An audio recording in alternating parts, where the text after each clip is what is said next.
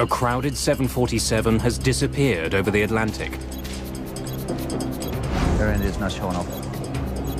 Pieces are found scattered on the ocean's surface. But the vital clues are deeper than any air crash investigation has ever gone.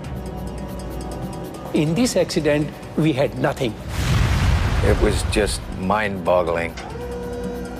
An international recovery effort goes to the very bottom of the sea to rebuild the shattered plane.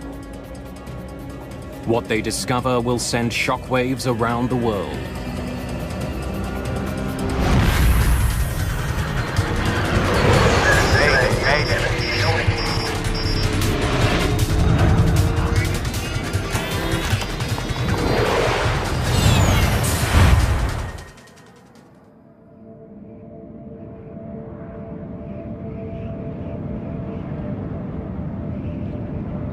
Early morning, June the 23rd, 1985. A 747 flies across the Atlantic Ocean, 9.5 kilometers above the water. The jumbo jet is nicknamed Kanishka, after an Indian emperor. And Air India promises passengers it will be a palace in the sky. Indian hospitality is something that the culture prides itself on, and you do experience that when you fly Air India. The colors are rich and warm inside. It's your gateway to India. On its way from Canada, the plane is heading to London, England, before continuing on to New Delhi. It's been in the air for 4.5 hours.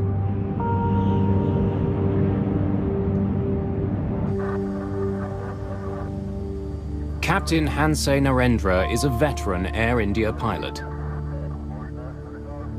Satwinder Binder is a captain too, who's serving as first officer on the flight. As the plane nears land, Binder talks with the flight's purser. Yes, sir? Insha, do me a small favor. At the back of the plane, seat 54, a boy is sitting there. He just wanted to have a look in the cockpit. Can I send him now? After about 15 to 20 minutes.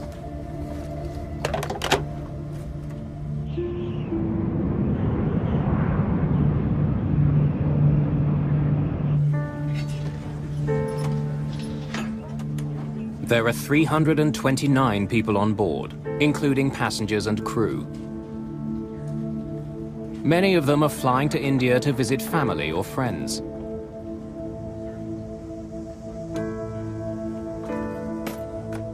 Vishnu Pada is traveling to India with his 2 daughters. Their mother, Lata, is already waiting for them there. We had decided that it would be the ideal year to take an extended vacation in India as a family.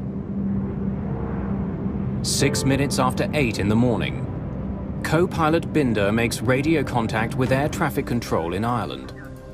Shanwick, Air India 182, good morning. Station calling Shannon. Go ahead again, please. Thomas Lane and Michael Quinn are working at the Shannon Control Center. Air India 182 is 51 north, 15 west at level 310. Estimate FIR at 0735. Air India 182, Shannon, roger. Cleared for London. Flight level 310.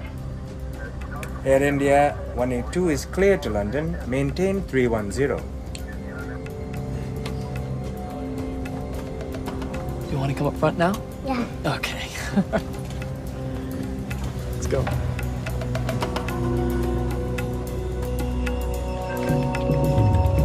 It's a light morning at Shannon Control. They're dealing with just 3 planes. But something peculiar has happened. The signals are all jumbled up. The signals on radar merged so that it was totally impossible to read the call signs and flight levels of any of the 3 aircraft. The Air India 747 is flying at 31,000 feet.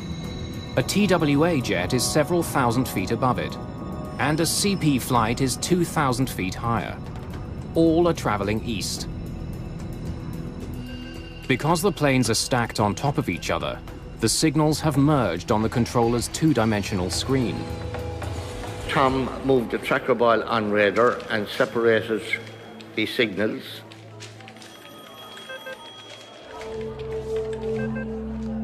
Two of the planes reappear on the radar, but the Air India flight has vanished. Air India's not showing up. Hold on a minute.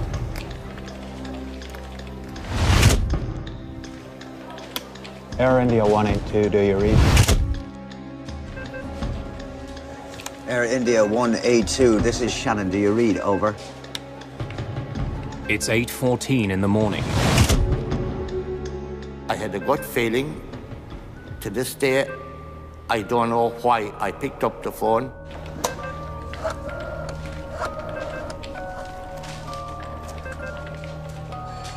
Yes, it's Michael Quinn at Shannon. We have a plane off radar. Normally, a distress call to search and rescue isn't made until a plane has been out of contact for more than 20 minutes. The Air India flight has been missing less than 60 seconds.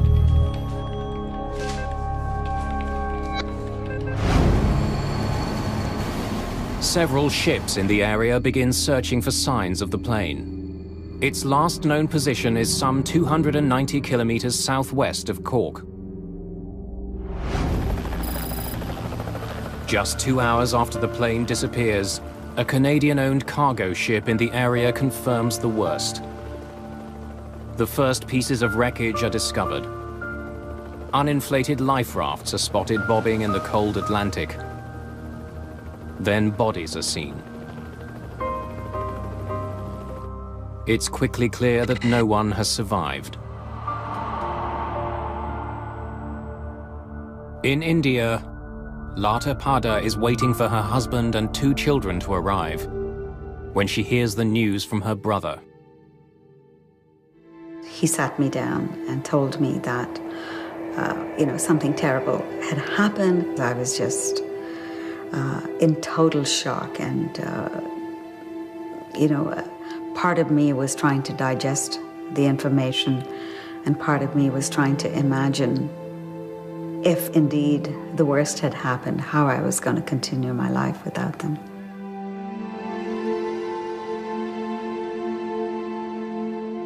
Dozens of bodies arrive in Cork. Many more will follow. Now investigators are faced with the enormous task of finding out how they died and what had caused the crash of Air India Flight 182.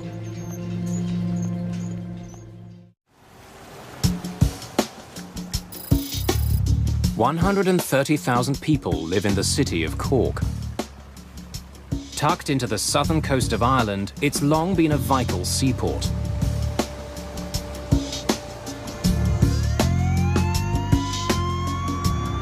On June the 23rd, 1985, a gruesome cargo begins arriving at the city's docks.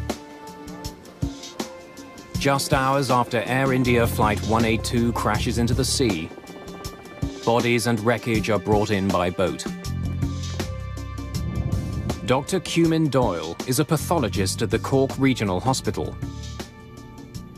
The first bodies arrived at 4:45 p.m. on that Sunday afternoon, and at 12 midnight we had 130 bodies.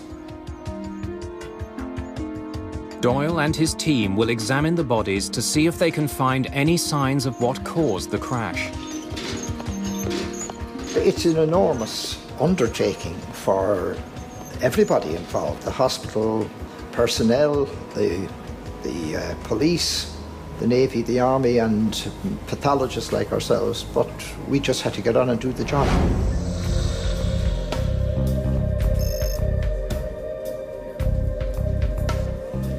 There are so many autopsies to perform that Doyle moves the work into the building's gym.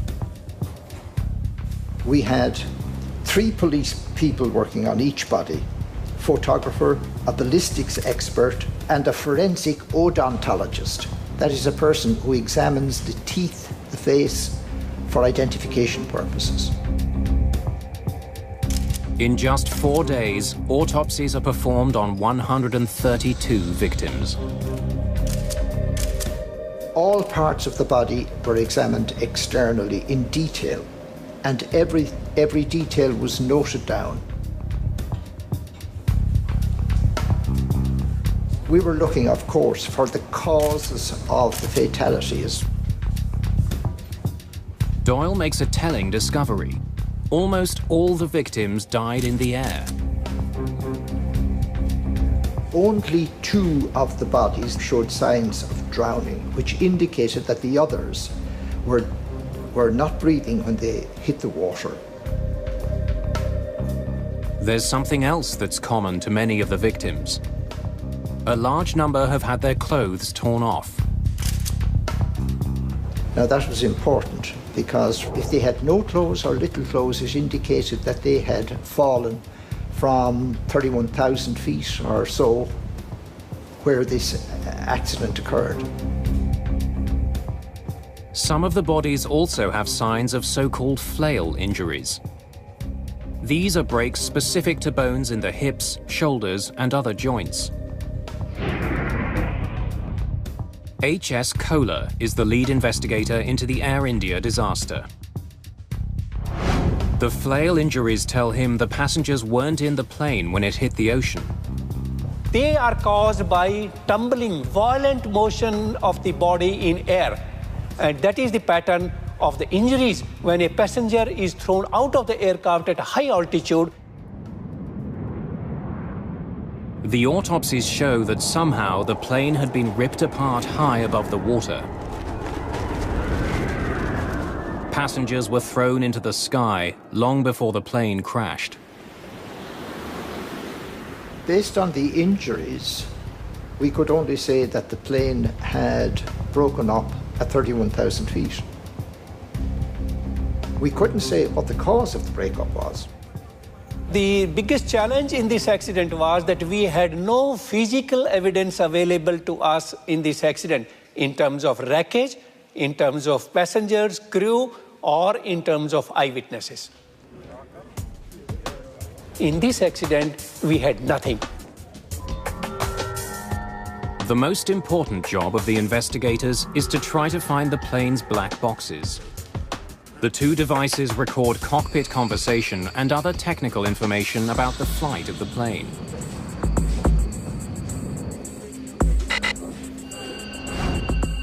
The recorders have radio beacons which send out a signal at a designated frequency. But it's still a huge task. The boxes are more than 6,500 feet below the surface, and the radio signals last just 30 days. Salim Jiwa is a journalist who has investigated the Air India disaster. The search for the black boxes was urgent, and 3 countries participated in it: England, Ireland, and India. But even with such a massive response, early efforts are frustrated. 42 kilohertz. It's too high. It can't be them. Investigators are picking up radio signals, but they're at the wrong frequency.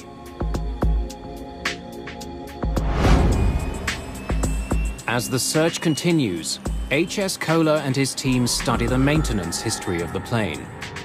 They want to know if an undetected flaw had caused the jet to come apart in flight.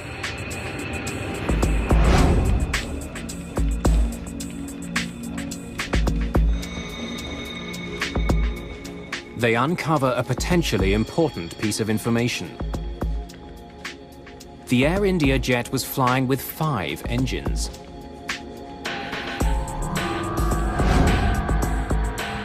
A 747 normally has 4 engines, but it can carry more. The plane was designed so that it could transport a malfunctioning engine beneath its wings. Ground crews can mount the engine to a bracket on the plane. It's exactly what happened to the Air India jet. There was an extra engine that a previous flight had left behind that was mounted on the wing of the aircraft. The extra engine creates substantial drag on the left side of the plane. If the pilots don't properly compensate, the plane will start turning in that direction. And this hypothesis continued that there is a possibility that this fifth engine might have caused the breakup of the wing. In fact, investigators discover that before the plane took off for London, the flight engineer noticed problems with the way the engine was attached. There was a small problem in the fifth engine.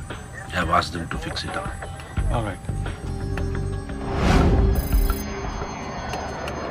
Investigators also learned that some internal parts of the extra engine were taken out and stored in Flight 182's cargo bay.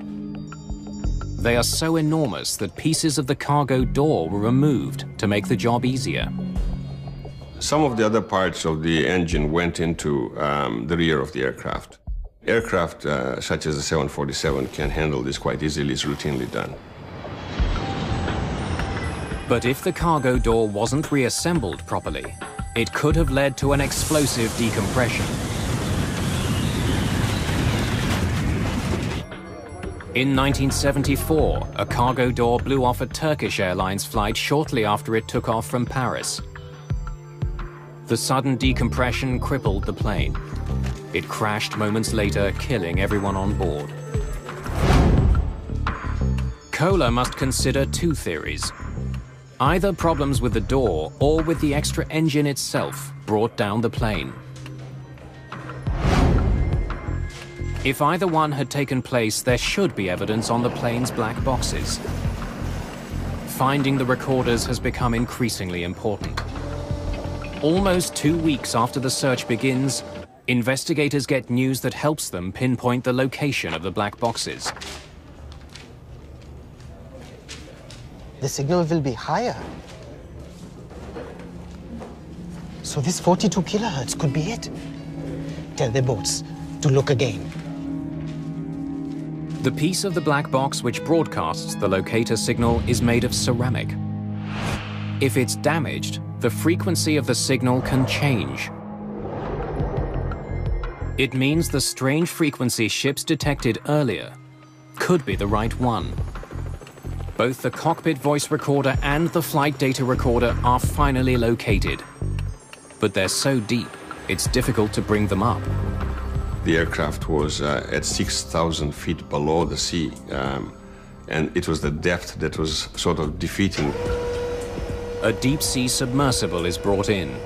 But even with this specialized vehicle, and with the location of the black boxes known, it takes 4 attempts to bring the recorders to the surface. Estimate FIR at 0735. Air India 182, Shannon, Roger. Cleared for London. Lead investigator Kohler now has what he hopes are 2 vital pieces of the puzzle. If there's any problem in the aircraft, the crew will be talking about the problem. They will not be silent about the problem. But when he listens to the cockpit voice recorder, Kohler hears nothing unusual. After the last contact with air traffic control in Shannon, the voice recorder picks up the crew talking about customs seals. It's paperwork that has to be completed before landing. They want about 30 custom seals. Customs? Yeah, custom seals to seal the bar before its arrival. The conversation ends in mid-sentence. That was it, and then everything was, of course, silent. The cockpit voice recorder indicated that there was no abnormality in the cockpit, no emergency. Every conversation was normal. The plane's flight data recorder tells a similar story. Kohler pours through details about Air India's speed, altitude, and dozens of other pieces of information. The extra engine did cause the plane to bank slightly, and the jet's rudder was turned 11 degrees to the right. But this was exactly what the crew needed to do to offset the drag created by the fifth engine. We found that all parameters of the aircraft altitude, aircraft heading, aircraft bank attitude, roll attitude, autopilot engaged, everything was working normally till the last point. After analyzing both black boxes, Kohler can't find any evidence that the plane was in trouble before it suddenly disappeared from radar. But the very lack of evidence does suggest something. Both recorders get their power from the plane's engines. Both stopped at exactly 14 minutes and 1 second after 8 in the morning. Since the recorders stopped working at the same time, the problem on the plane had to be catastrophic enough to sever the jet's electronic system before the crew could react. Yeah, customs is to seal the bar before its arrival.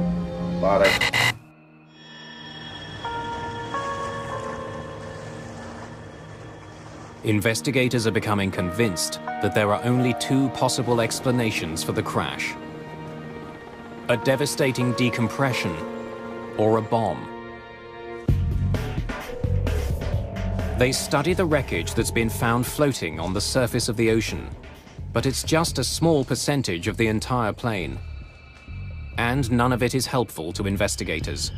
It offers no clues to explain why the plane crashed. We knew there was no fire. We knew the aircraft was performing well.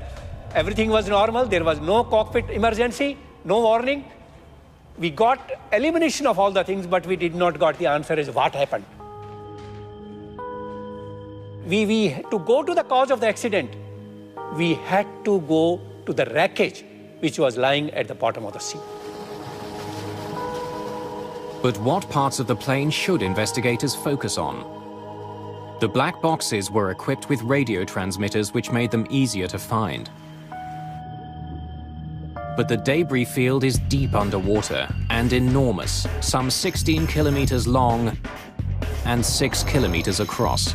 How do investigators identify the one clue that will help them unlock the mystery? Roy Truman is an underwater salvage expert. He's brought in to do something that's never been done before: retrieve the ruined pieces of a jumbo jet from the bottom of the ocean. In hundreds of thousands of pieces, he needs to find the ones that will explain why the plane crashed. Up until that time, we had only been used with recovering small aircraft. Here we're talking about a 747, which was huge, and we had no idea of the size of the pieces and what we were going to find. Investigators know they can't bring the entire wreck to the surface. It's so deep it takes hours to recover a single piece. The submersible takes underwater video and still photos. Investigators use those to decide which pieces to bring to the surface. It was a narrow corridor, and at each end of the corridor, it was very light wreckage. All of the heavy stuff, engines, main aircraft structure was in the middle of the wreckage field. Like searching for a needle in an underwater haystack, investigators hope to discover the cause of the crash in a tangle of ruined metal. But autumn is coming. Soon the weather will turn bad, and they'll have to abandon their search. The key to unlocking the disaster still lies somewhere at the bottom of the ocean.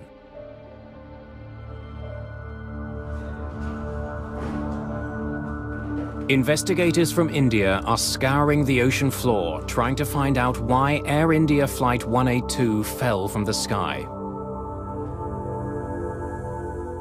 As the work continues in Ireland, there's growing suspicion in Canada that the Air India crash was no accident. As police and investigators sift through the list of passengers on the plane, they find something peculiar. Many of the passengers who were on Air India Flight 182 began their day in Vancouver. They were using another plane to connect to Flight 182. One of the passengers who bought a ticket for that plane never got on. Well, the passenger, we have never identified him per se, but the ticket identified him as M. Singh. It simply had an initial, but no full name. We believe that name to be was fictitious, and that the person never intended to travel. While he never boarded the plane, M. Singh did check in. Next, please. On your way to Toronto? And I want my bag checked through to Delhi. Sir, I can't do that. Your reservation is only confirmed to Toronto. Oh, I am confirmed. This is my ticket. Jeannie Adams is a ticket agent working for Canadian Pacific. Mr. Singh, you're on standby to Delhi. I can't. But then I have to pick up my bag. I can't check your bags through to India if you are not confirmed. But I am indeed confirmed. Wait. I'll get my brother. He'll tell you. There are as many as 30 people waiting to check in. Adams doesn't have time to wait for the man's brother. Oh, okay. I'll check it through. But you have to check with Air India when you get to Toronto.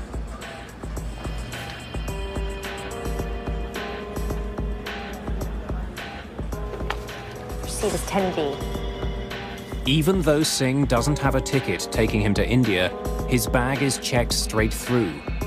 His luggage is loaded, but no one notices that Singh never boards the plane that leaves Vancouver. She broke the rules as they were. She should not have allowed that to go through for New Delhi Interline. But she was so bullied and so browbeaten by Mr. Singh in front of everybody else that I think to her eternal sadness and heartbreak, she gave in. Singh's maroon bag didn't raise any concerns when it was loaded in Vancouver. Since the Air India flight was international, when the bag arrived in Toronto, it faced a more strict series of inspections.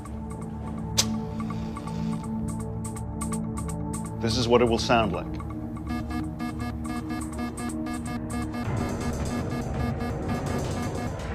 John D'Souza is a security officer for Air India. The day of the flight, he demonstrated a portable explosives detector for baggage handlers in Toronto. Chemicals in a match triggered the device, as would chemicals used in some explosives. Okay. The portable device was put to use because the X-ray machine, which normally scans every piece of luggage, had broken down. The technology, especially the X-ray technology, were very weak, very in their infancy at that time, and it didn't work reliably. And in the case of the Air India episode, the technology went quite badly wrong, which was one of the tragedies of this situation. As security workers used the portable explosives wand on the bags, everything seemed normal, until they got to the maroon bag.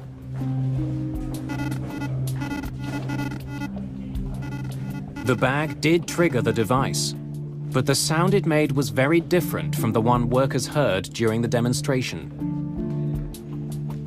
The bag was passed and allowed on board the plane, eventually flying towards England.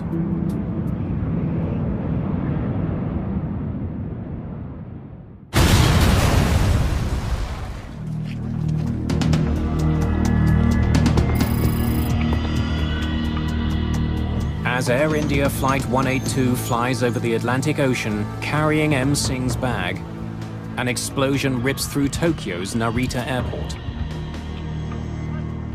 2 baggage handlers are killed, 4 people are injured. A bomb has been hidden inside another piece of luggage that came from Vancouver. Luggage that was bound for another Air India jet.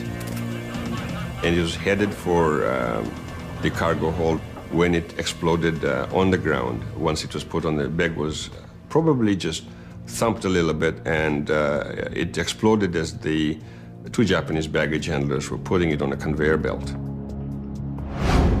Just as on Flight 182, one of the bags being moved in Tokyo was checked in by a passenger who never boarded the flight.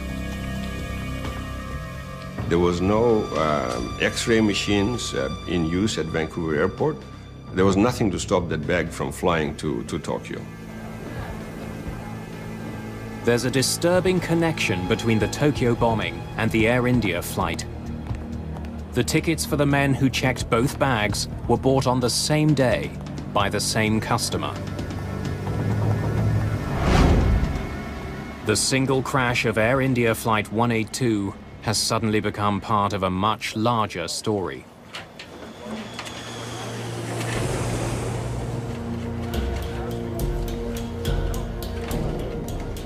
With the apparent connection between the two incidents, investigators in Ireland are extremely interested in what police find in Tokyo. Soon after the bombing, forensic experts descend on Japan's Narita airport. There are traces of evidence everywhere. The Narita bombing was within a confined space.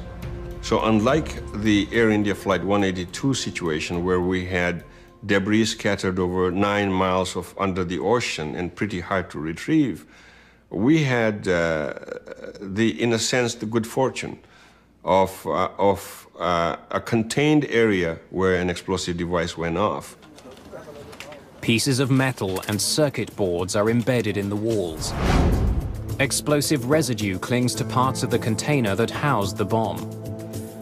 Amazingly, Japanese forensic experts were able to pick out tiny parts and fragments, and all the analysis finally led Japanese police to identify the vehicle that was used to carry the bomb.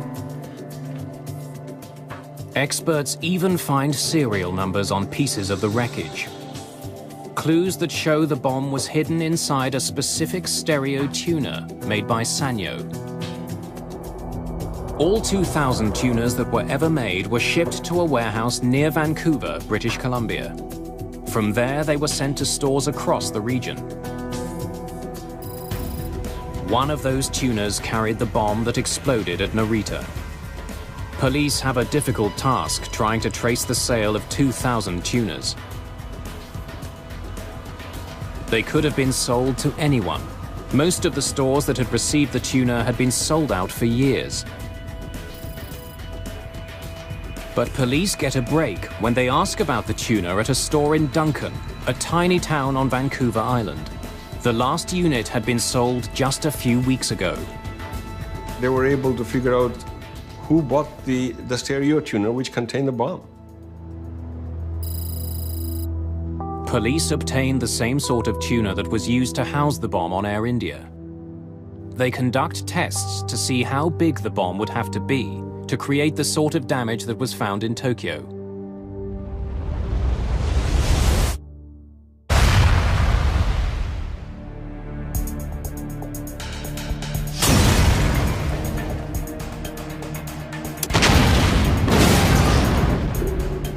There was a progressive experimentation using dynamite to find out the extent of damage particular strands of dynamite would cause. They match the size of the tuner fragments made after each explosion with the fragments that were found at Narita. They discover that just a few sticks of dynamite were likely used in the Tokyo bomb. But could just 4 sticks of dynamite really bring down a jet? Once they discover just how powerful the Narita bomb was, police place it into a fully loaded luggage container.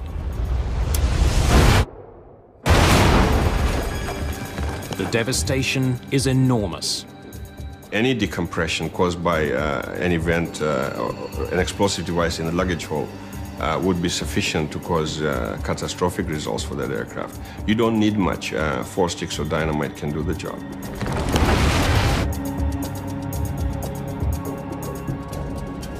The cramped quarters of a cargo hold amplify the power of a bomb. Tests conducted at Penn State University show that the shock waves created from a bomb blast don't travel in just one direction, but reverberate inside a luggage container, building on each other, vastly increasing the initial force of the explosion. If a bomb had indeed exploded in the cargo hold of Air India, it would have caused enormous amounts of destruction.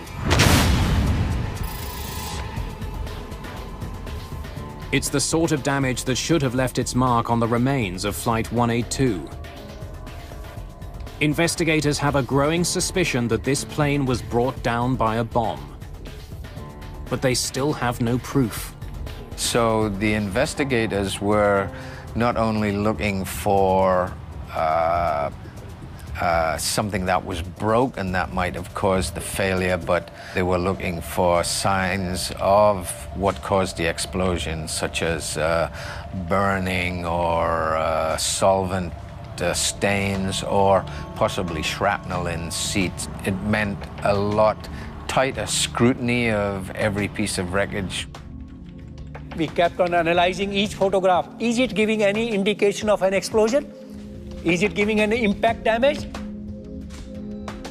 Knowing his time is running out, Kohler selects a few key pieces of the plane to bring to the surface. Bad weather forces him to leave the rest behind.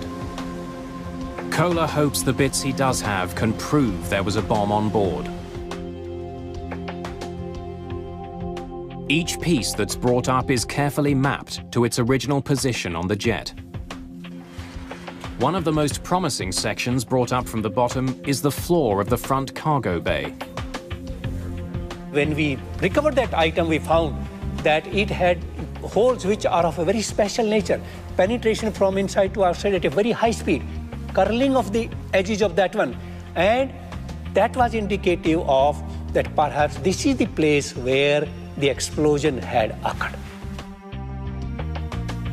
As many as 20 holes are found. In each, the metal is bent outward, like the petals of a flower. These are classic signs of something being blown out from the cargo bay. On the side wall of the cargo bay, investigators find more clues. Additional holes are discovered, like the ones on the floor. These also appear to have been blown out from the cargo hold. A closer study of the ceiling of the cargo bay also indicates that the ribs connecting it to the fuselage were broken by being forced up.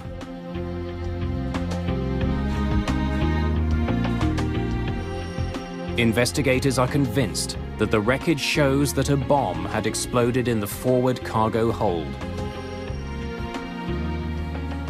If the bomb had gone off in the front of the plane, it would explain why the flight data recorder and cockpit voice recorder cut off so quickly.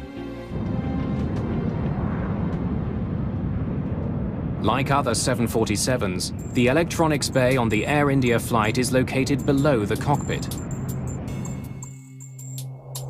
Many of the important electrical systems on the plane run through here. The forward luggage compartment is right beside it. And so when the bomb went off, the explosion would have taken out the computers completely, and there would have been absolutely dead silence, and that's precisely what happened. Investigators are convinced that Air India Flight 182 has been destroyed by a bomb. This was no accident. The crash of the passenger jet was a crime. Nobody thought that such an evil plot of blowing two aircraft simultaneously would occur from Vancouver.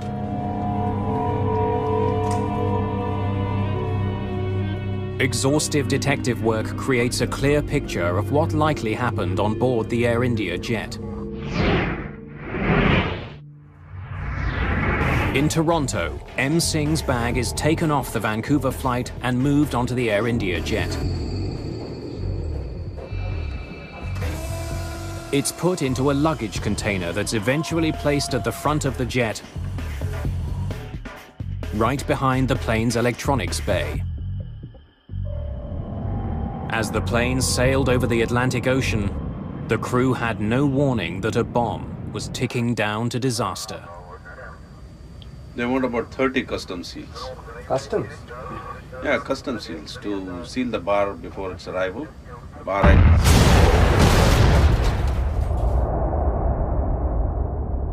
When the force of the blast hit the floor of the jet, it pushed it violently upwards.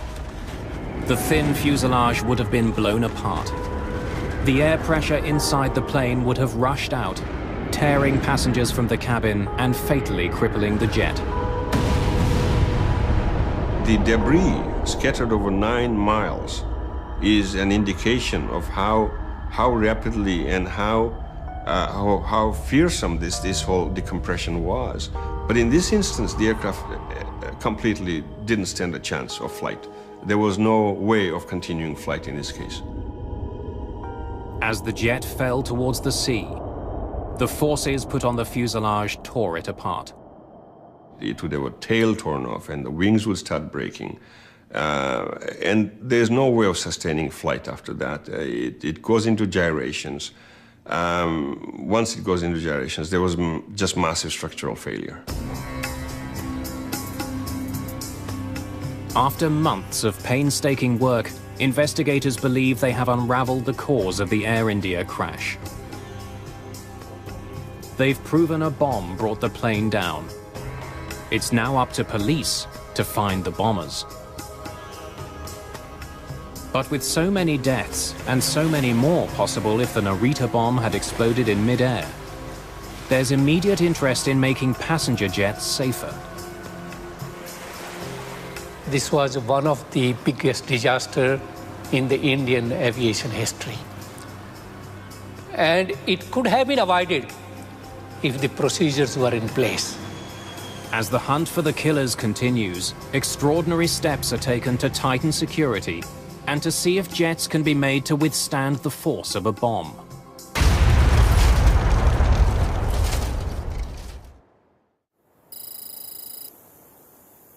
It's May 1997. More than 10 years after a terrorist bomb destroyed Air India Flight 182. An out-of-service 747 is about to take part in a remarkable test.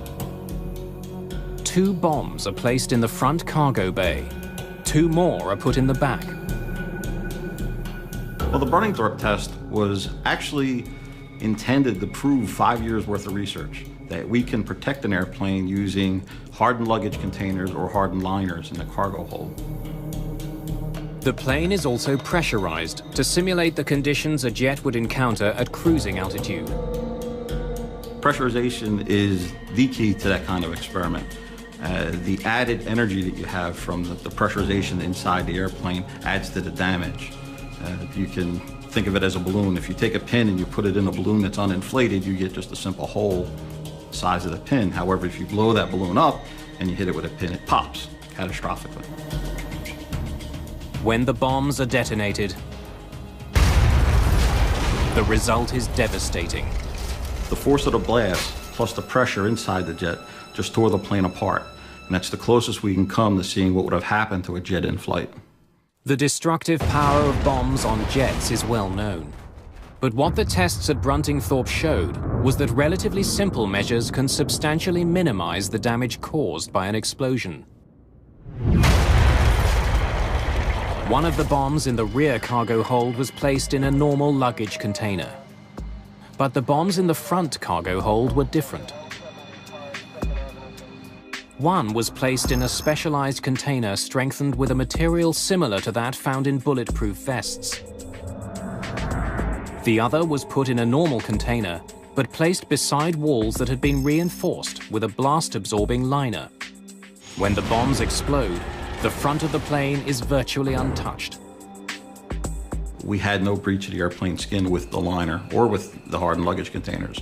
But towards the rear of the airplane or the tail, where we didn't have any of the hardened materials, it was a catastrophic failure for the airplane. The standard luggage container did nothing to minimize the blast. Both the protective lining in the front cargo bay and the hardened luggage container were able to absorb the force of the explosion. It's only speculation, but would steps like these have saved Air India? Very likely. Would they make the industry safer today? Absolutely. Despite the dramatic results of the tests in Britain, hardened luggage containers are not used by world's airlines. While effective at stopping bombs, they're extremely expensive. The hardened containers are not in use now because it's just not economically feasible. The containers cost tens of thousands of dollars just to purchase, and they're very fragile. They're composite materials, so if you run into the side of them with a forklift, they're pretty much useless from that point forward. There have been significant improvements made to the way that passenger luggage is screened at most international airports. More sophisticated color X-ray systems using multiple scanning beams are now used. But I am indeed confirmed. Wait, I'll get my brother. He'll tell you. Oh, okay. I'll check it through. But you have to check with Air India when you get to Toronto. And there are stricter regulations about luggage getting sent forward on connecting flights.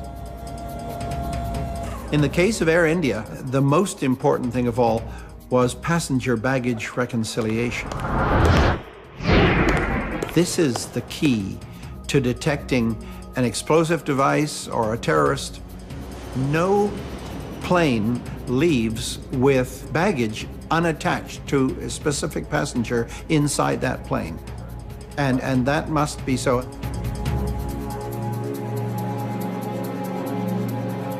Your seat is 10B.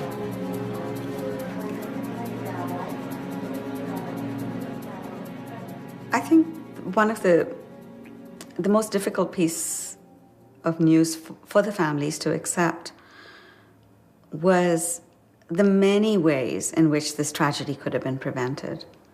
I mean, it was absolutely unforgivable that a bag could be interlined to another destination without a passenger accompanying it.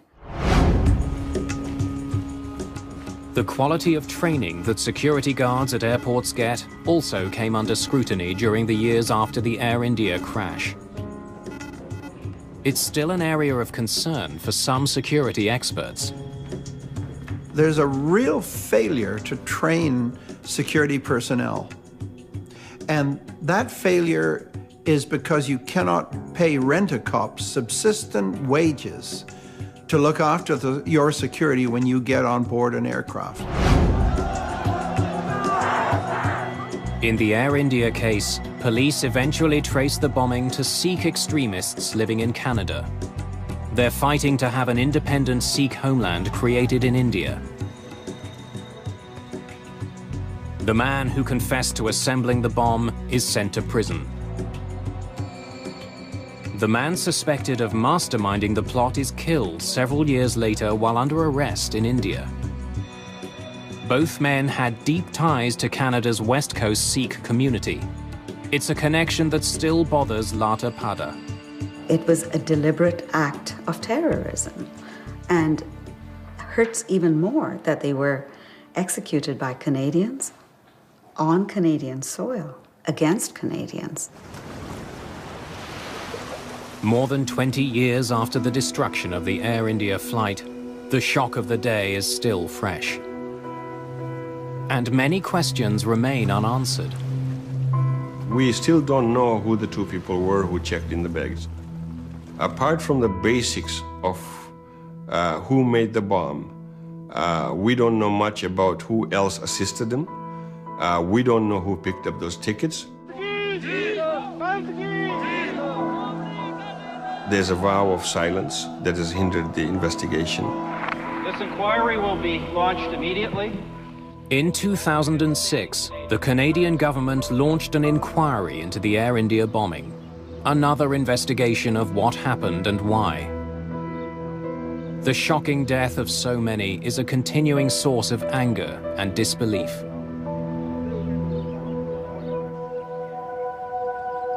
No matter what the inquiry finds, the sobering facts are the same. 329 people killed in an instant. There are memorials now in Ireland and Canada, mourning the victims of the Air India crash. Marking the day a terrorist bomb ripped through the lives of so many. It's just so tragic about all our lives that we lead. Every day is an ordinary day in our lives, but some days, unexpectedly, something completely, totally unexpected shatters your life, and that was one of those moments.